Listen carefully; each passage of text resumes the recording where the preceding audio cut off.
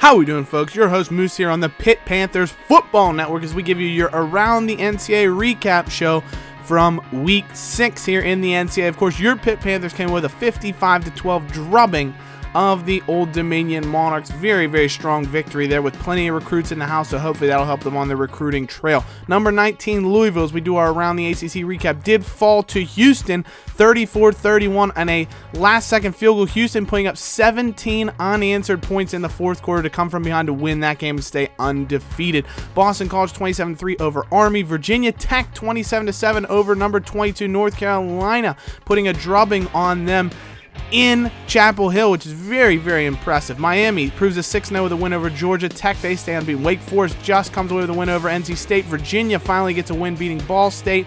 Clemson 36-14 over Syracuse. Easy victory as the Tigers stay undefeated. And Florida State bounces back from their loss with a dominating win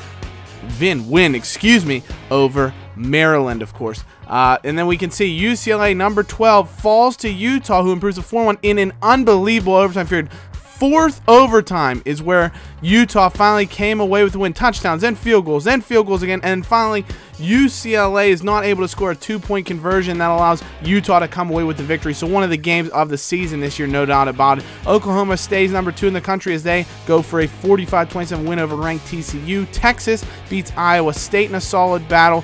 Georgia stays unbeaten as they knock off Tennessee with their second loss in a row. Georgia putting up 10 straight in the fourth quarter to take the win there. Oregon wins. Michigan with an easy win over Minnesota, though probably a little closer than they anticipated. Washington drubs Stanford 34-10. Browning with 3 touchdown passes and a touchdown run, so an unbelievable performance from him in the win. Wake Forest upsets undefeated number 13 Baylor 42-21 in Waco, so a great win for the Mountaineers in that particular matchup. LSU wins.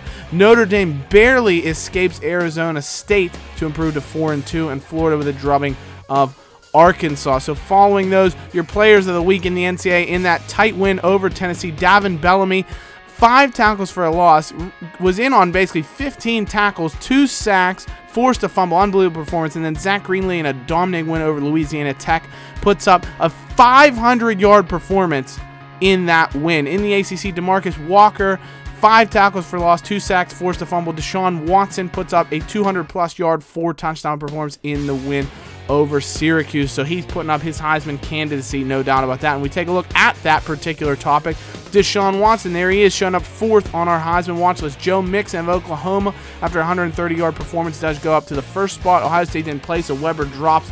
Fournette drops a spot after just a solid workmanlike performance in their win. Watson's in here, as well as the running back, surprisingly enough, from Southern Miss, Ito Smith, after a 170-yard performance in a win against Florida International. So that's your Heisman watch. And let's take a look around the NCAA. How is our top 25 shaking out at this moment in time? We take a look. Number 1 in the coaches poll, still Alabama. Number 1 in the media poll, still Clemson. So they're kind of going back and forth in that regard. But Alabama's number 1. We're going to go through the coaches poll here. Bama number 1, Oklahoma 2, Clemson 3.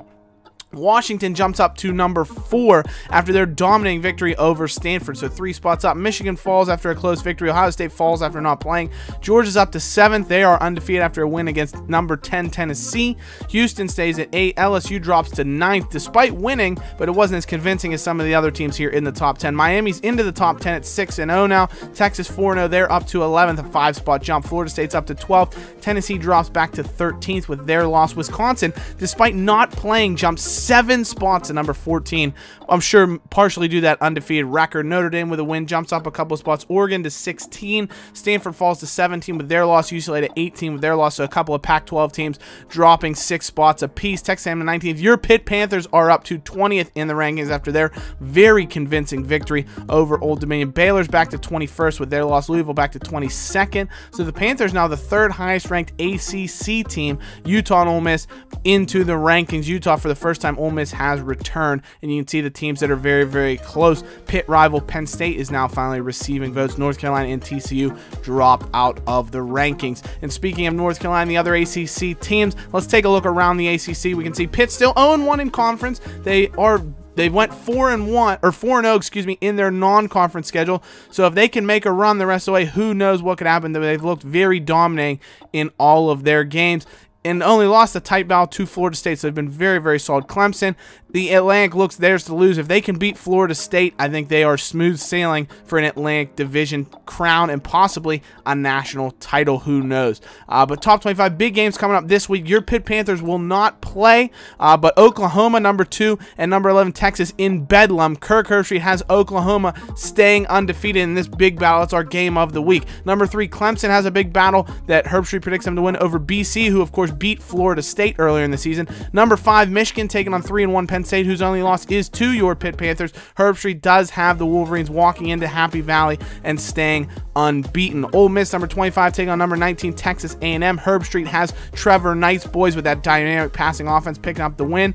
Number 17, Stanford takes on number 24, Utah, and Herbstreit does have Stanford rebounding from a couple of losses and beating the Utes, so that remains to be seen. Finally, a huge matchup here. 4-1 Oregon go to Seattle to take on number 4 Washington. Can the Huskies continue to do what they've done? That number 1 ranked defense can't continue to just stifle opponents that they've been obliterating teams here in their first 4 games. But that's going to be it for your show this week, guys. Remember, Pitt is it. We will have a recruiting update for you coming up this week. Panthers looking to finally get some commits in after the big win against Old Dominion, and we'll have another player profile for you guys. If you have any questions for Coach Narduzzi, make sure you send them in, and we'll hopefully get to them either in the coming week or in the weeks to come. We'll get a special there as you interview the coach. So as always, thank you so much for watching, guys. We'll see you in the next episode. Take care. Bye-bye.